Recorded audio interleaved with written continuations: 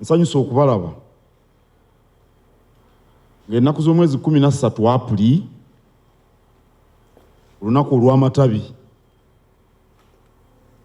ye mazaalibwa ga Ssaabasajja Kabaka Ronald Muwenda Mutebi owokubiri ag'emyaka 7.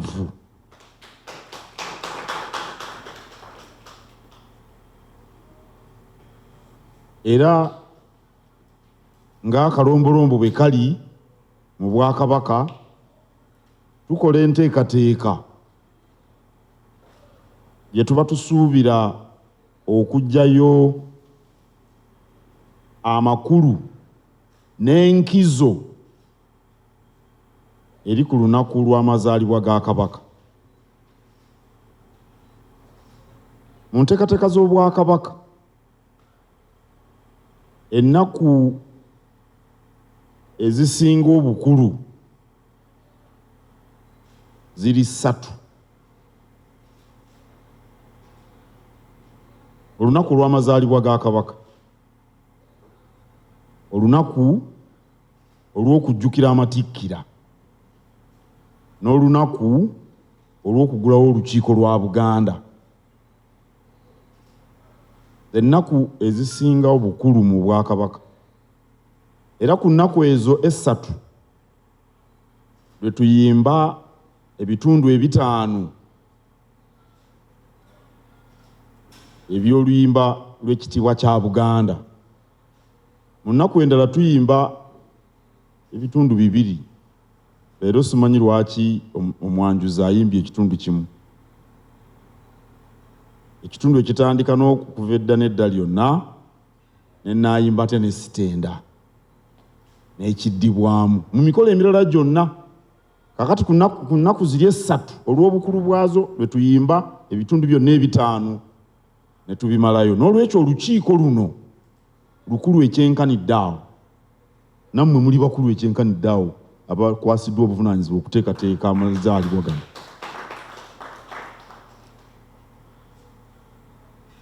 Amazaalibwa makulu, amazaalibwa ga Kabaka makulu, kubanga amazaalibwa ga Kabaka lwe lujegere omutambulira ennono ya Buganda ey'olubu luno olwa Kintu. Obwakabaka bwe bukulembeze obw'ennono obw'ensikirano obutambulira mu mirembe gy'Abakabaka ab'enjawulo. Kakati Omulangira bw'azaalibwa, oluvannyuma n'alya Obuganda n'atuuzibwa nga Kabaka wa Buganda, olujegere ennono ya Buganda mwetambulira luba lutambula. Abaali bavuza eggaali mukimanyi bulungi nti olujegere kye kimu ku bitundu ebikulu ebiyamba eggaali okutambula. Era ekkowe erimu bwe livaamu olujegere ne lukutuka, eggaali weekoma.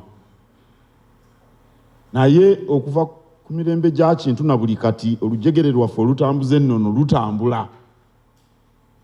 Ate ennono ya Buganda ffenna yeetufuula kye tuli. Oweekitiibwa Waggwa wa Nvuma, Oweekitiibwa Nakate wa Njovu, Oweekitiibwa Kabanda wa Mbogo, Oweekitiibwa Kazibwe wa Nnyonyi Nnyange n'abalala bwe mutyo. Bw'okuŋŋaanya ebika byonna bino n'ennono egendera mu bika, mwofunire ennono ekumaakuma Obuganda etusobozeseza okubeerawo emyaka gino gyonna wakati mu kusoomoozebwa kwe tuyiseemu okuviira ddala ku mulembe gwa Ssekabaka Chwannabakka Kyombereberye, kubanga bwe yabula Buganda teyalina kabaka kumala kumpi myaka 2 ne tuvaayo ne tutuuka mu kusoomoozebwa kw'abantu abagwira nga batandise okujja kuno, Abawarabu, Abazungu ne batufugira ddala, ne tutuuka mu kwefuga nekyedomolera ddala n'Obwakabaka ne buvaawo. Naye olw'ennono eyo etakutuka, kyetuva Kabaka Mutebi tuli naye nga Kabaka owa 36 afuga Obuganda. n'olwekyo enteekateeka zino nkulu zeetaaga okuteekateeka n'obwegendereza okuggyayo obukulu obwo, ate Obuganda nabwo butegeere obukulu bw'ensonga zino. Twebaza Katonda awadde Kabaka waffe obulamu kutuuka ku myaka 7. Tulina essuubi ddene nti agenda kutuukayo n'okusingawo.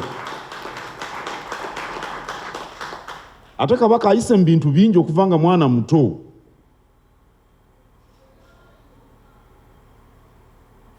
Okuva ekyamazima okuva mu kuzaalibwa kwe. Kubanga ndowooza mukimanyi Kabaka nnyina Namasole Sarah Naluleya yafuna ettu lyamugema nga Kabaka ali mu buwaŋŋanguse mu Bufalansa. Omulangira bamuzaala kitaawe tali kuno.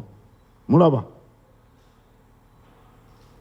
Obwakabaka ne babujjawo ng'ali ku misomo e Bungereza, n'atandika obulamu obw'obuwaŋŋanguse ku myaka egyo emito ekyenkanidde awo, myaka 11, okusobola okudda mu nsi ye nga wa myaka 31. Naye n'ebirala bingi byayiseemu. N'olwekyo tulina ensonga nnyingi nnyo lwaki tujaganya.